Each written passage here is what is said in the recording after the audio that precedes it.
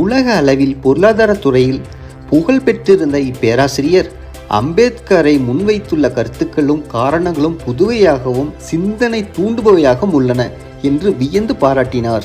நாணய நடப்பில் உள்ள சிக்கலை தீர்த்திட முயன்ற போது ரூபாய்க்கும் பவுண்டுக்கும் இடையே உள்ள மதிப்பு ஆங்கிலேயர்களுக்கு அதிக லாபம் தரும் தன்மையில் சூழ்ச்சியாக கையாளப்பட்டுள்ளது என்பதை அம்பேத்கர் புலப்படுத்தினார். அதே நேரத்தில் இந்திய மக்களை நசுக்கும் வகையில் இடையூறுகள் எவ்வாறு சுமர்த்தப்படுகின்றன என்பது பற்றியும் இந்நூலில் அம்பேத்கர் விளக்கியுள்ளார். அம்பேத்கர் இப்பொழுது ஒரு பாரிஸ்டர். இத்துடன் அறிவியலில் லண்டன் பல்கலைக்கழகம் வழங்கிய டாக்டர் பட்டத்தையும் பெற்றிருந்தார். தத்துவத்தில் அமெரிக்க பல்கலைக்கழகம் அளித்த டாக்டர் பட்டம், பான் பல்கலைக்கழகத்தில் கற்ற கல்வி ஆகியவையும் அவருக்கு அணி செய்தன. தற்பொழுது முழு தகுதி வாய்ந்த வழக்கறிஞர் ஆனார். இந்தியாவில் பொருளாதார சமூகவியல் அறிஞர்களுக்கு அரைக்கூவல் விடும் அளவிற்கு சிறந்த வல்லுநரானார். இத்தகுதிகளுடன் இந்திய அரசியல் களத்தில் புயலென நுழைந்தார் நம்ம அம்பேத்கர்.